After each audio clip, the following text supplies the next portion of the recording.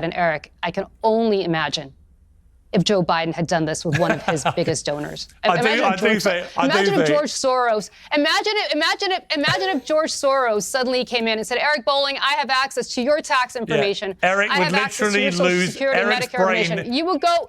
Eric would lose. His brain would explode live on Uncensored. You know it. In covering the incessant craziness of the Trump administration, I have neglected two very recent episodes of Piers Morgan Uncensored, which were wildly entertaining.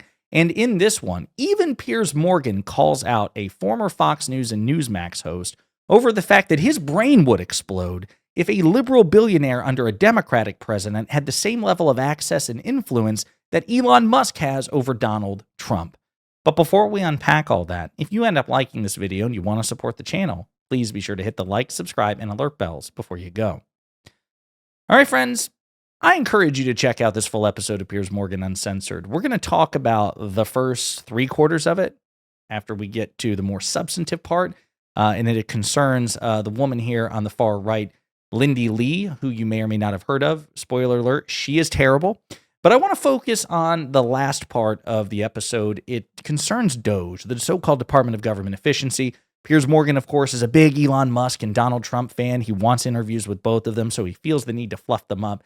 But he actually, at the end, calls out Eric Bolling, the gentleman with a goatee, former Fox News and Newsmax host, over his Doge hypocrisy. But I want you to see the full exchange, and we'll unpack it together. Eric, I want to segue from this just quickly into Doge. I've got to say, I'm in London at the moment, coming to America soon. I found it exhilarating to watch the federal government, a bloated, overspending, absolutely ludicrous mess, having a scalpel taken to it with a forensic brain like Elon Musk, who's done this to big companies, including his own social media platform, where he fired half of them overnight. And guess what? It carried on seeming, as a user myself, without any apparent difference. In fact, I would say it's slightly better now, X, than it was before, in terms of being fair to people. But in Doge... Well, I'll interrupt there simply by saying that, again, this is where you know Piers is sweeping for that Elon Musk interview, because the political biases of Elon Musk's Twitter are far more radical than they ever were in the pre-Musk Twitter. We have seen study after study after study which shows that after Musk openly endorsed Donald Trump in July of 2024, engagement for right-wing and Republican-leaning accounts skyrocketed overnight compared to their liberal Democratic counterparts. So there is an enormous bias coming from Elon Musk's Twitter, and Musk himself is more flagrantly biased in ways that we have ever seen from previous Twitter leaders. That's a fact. We'll continue. Are you worried at all that he's an unelected official, he's behaving like an adjunct to the president himself, and seems to be acting with complete impunity, and doesn't really believe that any of this needs to be cleared in advance by Congress? In fact, he thinks you can just do it, and then if you face legal challenges, well, then you fight those. Are you comfortable with that? Would you be comfortable if the Democrats were doing this with, say, the old Zuckerberg, who was left-wing, doing what Elon's doing? So I don't think you would be.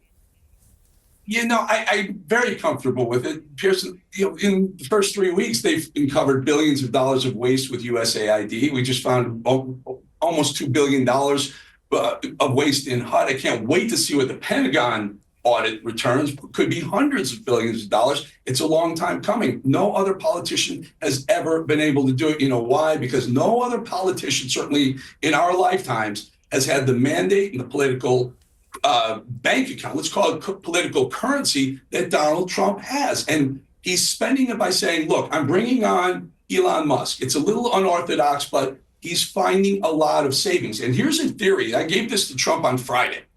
Doge will find so much money. It's the opposite of government spending. Government spending causes inflation. Doge will reduce inflation by reduced government spending, and everyone will be better off. I think this is phenomenal. I don't think they're violating everything. Okay. There are a lot of people who serve at the pleasure of the president, unelected. I mean, Julie. So I just want to, again, this is Eric Bolling, former Fox News and Newsmax host, offers no evidence for his claims whatsoever. This idea that Doge is going to find so much waste, fraud, and abuse that it would be de-inflationary, or wouldn't be inflationary, it would be the opposite, and it would meaningfully affect budget deficits, is just total nonsense. Total nonsense. We've seen Doge get caught openly cooking the books with respect to their so-called savings. It's pretty transparent that they're incompetent and they wildly overshot their expectations. Trump obviously has exacerbated the left's concerns by posting, "He who saves his country does not violate any law," a quote often attributed to Napoleon Bonaparte. I mean, when he says that, this makes people think he doesn't care about the legality of what's going on here.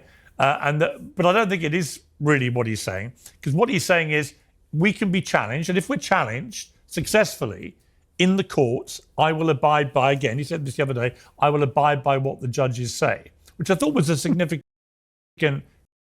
Look at Piers Morgan try so hard to make sense. I don't think that's what I don't think like the plain text of what he's saying is actually what he means. I think when he says that he who saves his country violates no law, I think it's actually a roundabout expression of the importance of judicial review and checks and balances against the executive.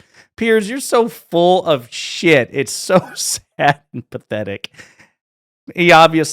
Trump obviously means that he thinks he is entitled to break the law with impunity. Now, he may not choose to do so, but that's clearly what the message sends, especially when he reposts that in response to a news report saying that a federal judge has found that the Trump administration is in defiance of a court order. When Trump retweets that notion of he who saves his country violates no law, it is abundantly clear what that means. That's pretty weak, Piers. Clarification. But what do you feel about this whole thing with Elon and the Doge and the rampage? Well, first, I would say that Napoleon was also considered a savior of his country until he was actually a traitor, deemed by the same people that thought he was a savior and died and ended his days, in penury and St. Helena. And so I guess that's the fate that might eventually befall Trump if he keeps acting like a dictator, like Napoleon. The bottom line is Congress has the power of the purse. And Elon Musk, who is unelected, unvetted, has no business whatsoever looking at my tax information, which the Washington Post today just announced that he actually has. He has all of our tax information. He has absolutely no right to look through people's social security numbers and other proprietary information. He is nobody in the government to be able to do that. And Eric, I can only imagine if Joe Biden had done this with one of his biggest donors. Imagine if George Soros suddenly came in and said, Eric Bolling, I have access to your tax information. Yeah. Eric would literally lose Eric's brain. You would go, Eric would lose. His brain would explode live on uncensored. You know it. We'd have an uncensored brain. Yeah. Again, it's true. It's just 100% true that the people who cheerlead Elon Musk now and the disproportionate influence he has over a Republican presidency, which, by the way, the polls make very clear, a vast majority of Americans do not support Musk's level of influence over Trump. He is hemorrhaging Republican support. It is a wildly unpopular notion for conservatives or liberals, Republicans or Democrats. But Democrats haven't done this. And if they ever did do it, I would be pissed as a Democrat. I don't want Mark Cuban, George Soros, Bill Gates, or any billionaire having this level of impact. I don't want that. And I'm consistent. Eric Bolling and other MAGA Republicans are not. And that's why Piers is laughing, because even Piers feels the need like, yeah, you guys are full of shit. If the shoe were on the other foot, you'd be freaking out. And then I would say, but Eric, George Soros has been so successful. He's made so much money. Therefore, he knows money better than all the rest of us. Of course he should be in charge of our government. We've got to wrap it up very, very quickly. So again, that's so damn important. I love that Julie Roginsky is pointing that out. She used to work at Fox News, incidentally. She and Eric are very friendly on this panel. Here's the other thing I wanted to point out, though. So we didn't hear, thank God, from Lindy Li, who's there on the right side of things, but literally on the right side of the panel. She is a Democratic donor who has become just a shameless grifter, a total loser, doing a complete 180 in a way that would make your head spin. And the vast majority of that episode is Piers actually picking on her and allowing the others to call her out. And I'm good with it. She deserves it. She absolutely deserves the scrutiny. Eric Bolling is like, listen, I think you're a Trojan horse. I think you say you love Trump now because it's politically and perhaps financially convenient for you. You want the attention. You want the celebrity. And so everybody on that panel was like, yeah, Lindy, you seem full of shit. Piers then went on to call her out afterwards. Hi, Lindy Li. I'm confused. On Monday, you told me you didn't vote for Kamala in the 2024 election, but you posted this on your X account on October 3rd, though oddly, you've now deleted it overnight. What's going on? Lindy Li, always a joy to be with the next president of the United States. We're 32 days out from the election. I already voted for Kamala Harris in Pennsylvania. Philly said they received my ballot. What are y'all doing to elect our beloved VP Harris? Tell me in the comments. That's her right there. And then she responded, we were mid-campaign and I didn't want to hurt Harris by disclosing I didn't vote for her. The secret ballot is an American right. My attitude towards the Dems and their policies evolved over time. Their mismanagement and callous way they responded to my concerns solidified my exit. She was ratioed to hell and back over this. She deserves it. Piers, of course, responds with, all due respect, you didn't exercise your right to a secret ballot. You very publicly told everyone you'd voted for Kamala and then urged them to do the same. That's true. So again, I'm rooting for Piers in this exchange. And then former DNC chair Jamie Harrison also called her out. You really need to stop lying and get some help. When I got out of the car at the Kamala Harris election night party at the Conrad, you were the very first person I saw. I'll check with the film crew because maybe we even have video. Nonetheless, you were perched by the door ready to take pictures with any celebrity type or elected official that walked in.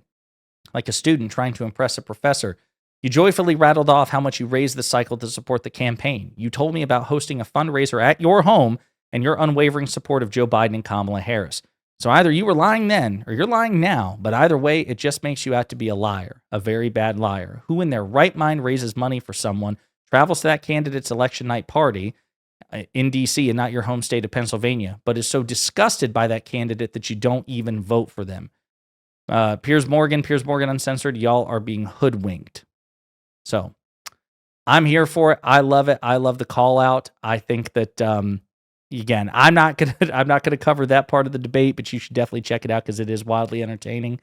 And as far as the Doge debate, I love the call out. Even Piers Morgan is like, yeah, you Doge fans, if the shoe were on the other foot, you'd be absolutely pissed. And that's a great point to make. In the meantime, let me know what you think in the comments.